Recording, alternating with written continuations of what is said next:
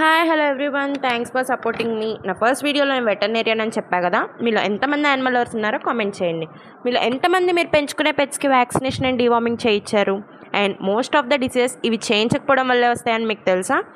ఈ పాటికే అందరికీ రేబీస్ గురించి ఒక ఐడియా వచ్చి ఉంటుంది.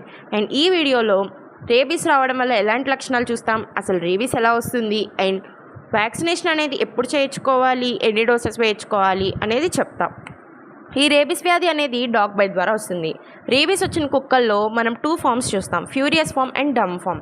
ఫ్యూరియస్ ఫామ్లో ఉన్న కుక్కల్లో చాలా అగ్రెసివ్గా ఉంటాం, అరవడం, కరవడం, నోట్లోంచి నొరగ రావడం, ఫిట్స్ ఇలాంటి లక్షణాలు చూస్తాం. అండ్ డమ్ ఫామ్లో ఉన్నవి చాలా డల్గా ఉంటాం, నీళ్ళని చూస్తే భయపడటం, కోమా, పెరాలసిస్ ఇలాంటివి చూస్తాం.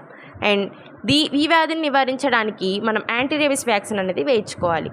అండ్ డాగ్ బైట్ అయ్యాక 24 hours లోపే ఈ వ్యాక్సినేషన్ అనేది వేయించుకోవాలి. మీరు ముందే ప్రీ వ్యాక్సినేషన్ వేయించుంటే 3 డోసెస్, అండ్ ఒకవేళ వేయించకుంటే 5 డోసెస్ వేయించుకోవాలి. అండ్ ఈ డోసెస్ ఎప్పుడెప్పుడు వేయించుకోవాలనేది ఈ టేబుల్లో ఇచ్చా. అండ్ నా నెక్స్ట్ వీడియోలో ఏ వ్యాక్సినేషన్ ఏ ఏజ్లో వేయించాలి అండ్ డీవార్మింగ్ ఎప్పుడు చేయించాలి అని చెప్తా. Please do like, share and subscribe. Thank you.